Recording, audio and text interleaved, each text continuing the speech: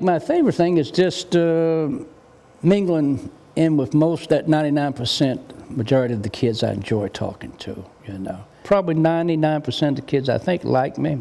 Some of them don't know my name, but they just say, here comes the fat guy. Or the early years I used to work here, they used to call me Super Security Dude. That was a name I kind of liked. Yeah, Super Security Dude.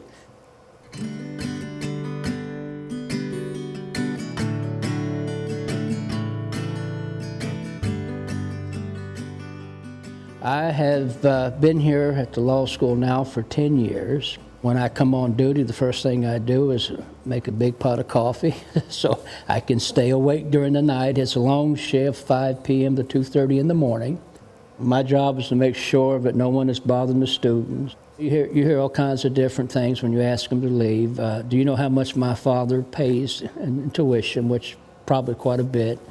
The dean is related to me by marriage, you know, or they tried to bribe me. You see, because I'm a Republican in a strange land of Democrats, they figure all Republicans are on the take, and some of them are. But if you go in, you act gun-ho, and you act like you're Marshall Dillon on Gunsmoke, you can really piss a lot of people off. When you get them laughing, then normally they'll leave. I talk to some of these young people, I get tickled at them. I was telling a young guy several years ago, I said, you know, when I was growing up, didn't have computers, didn't have DVD players, didn't have the, what do you call it, iPods or iPads, am I saying it right? I said, you know, we didn't have all these things. You know, nowadays you kids can, you know, you can watch TV on a phone. We didn't even have phones. We had to go to phone booths. And this kid, he looked at me and there was this big brown eyes, really got real sad.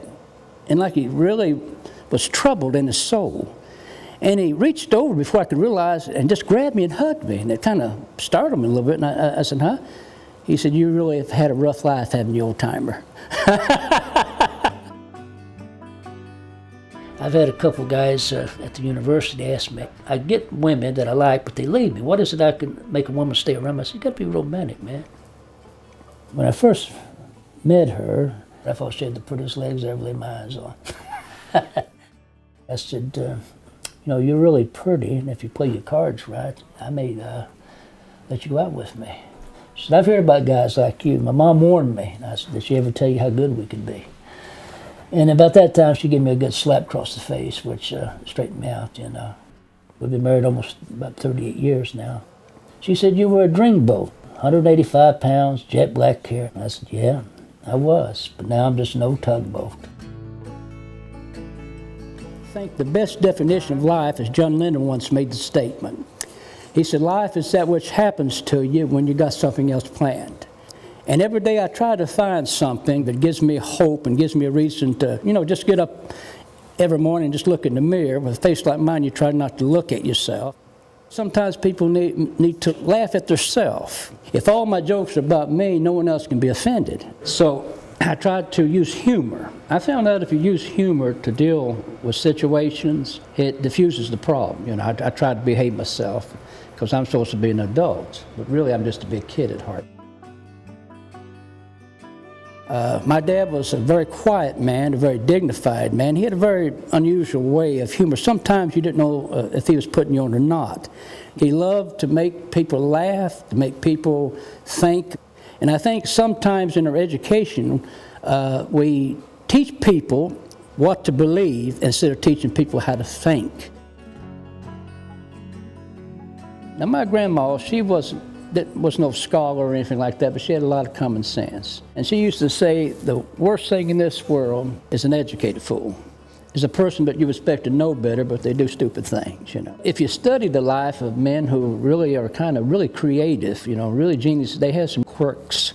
Like Einstein, you know, I mean, the man was brilliant, but sometimes he would have to be reminded that he had, you know, 2 different types of shoes on, or his socks didn't match, or there were times he would go for days and never take a bath until someone reminded him that he smelled like shit and he needed to wipe his ass, and so that people, you know, could get around him and learn from his knowledge.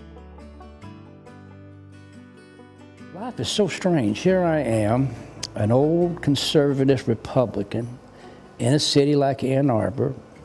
I'm a deacon in the Disciples of Christ, And I'm living in a Jewish house called the Shabbat.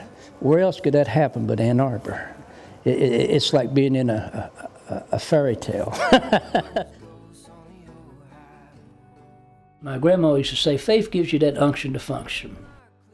I found out that life's not always fair. I'm not the best role model in the world.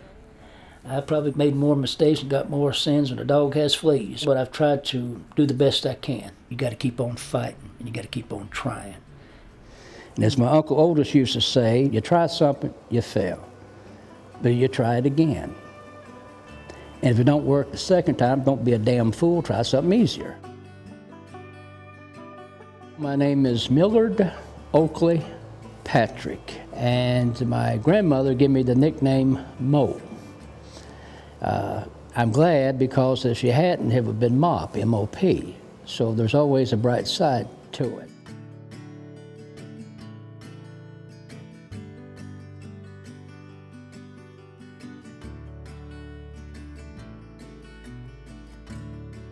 Well, let's see what I come up with. Oh, do the best you can, don't let the Grim Reaper get you. One of these days he'll try to come around, but avoid him as much as you can. I'm old and gray and fat and mean, but the Grim Reaper won't get me. I'm gonna fight him till the day I die, and I hope it's not the day you see. Until my humble house and reign.